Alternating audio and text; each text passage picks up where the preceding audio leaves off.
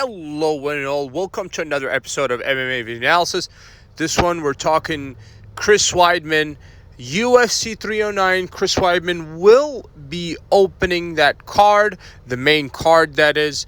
We're going to talk about Chris Weidman, the story behind the man, more importantly, and what that means and how that serves as a source of motivation, not only for Chris Weidman, but for anybody who's faced adversity in life. We're going to talk about that a little bit more. Before getting started, make sure to like, subscribe, click that notification to get all of this that is new from this channel, your channel, the one and only MMA Vision Analysis.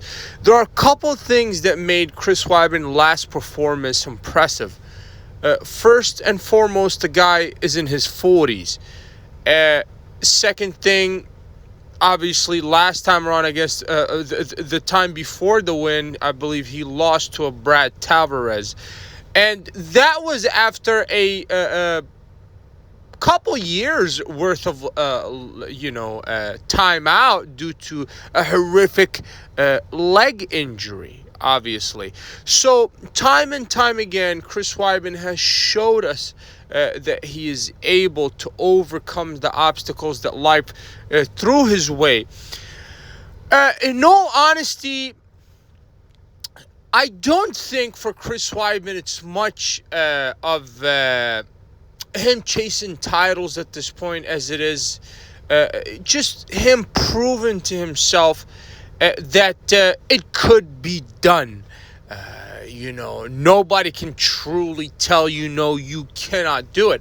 If you think you can do it, you have belief in yourself, and obviously you have the health that help you achieve your goals, the tools, whatever it may be, then by all means, nobody can tell you that you cannot do it. Obviously, Chris Weidman, in the second fight back, the last fight that he had, I was impressed. And obviously I was impressed for the reasons mentioned earlier, and also Chris Weidman is a legend of the game. He's been involved in some iconic fights, like obviously the Anderson Silva fights. Chris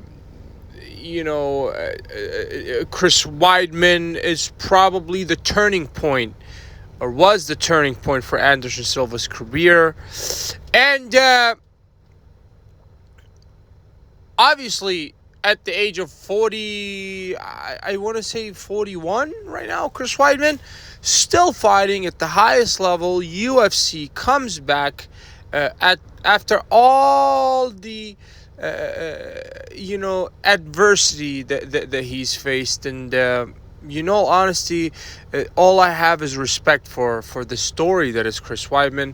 He will be opening that card. I wish Chris the best.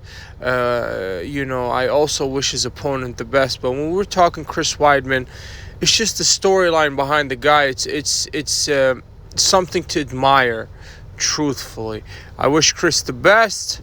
I want to touch a little bit on his last performance. Actually looked pretty good last time around, won that decision.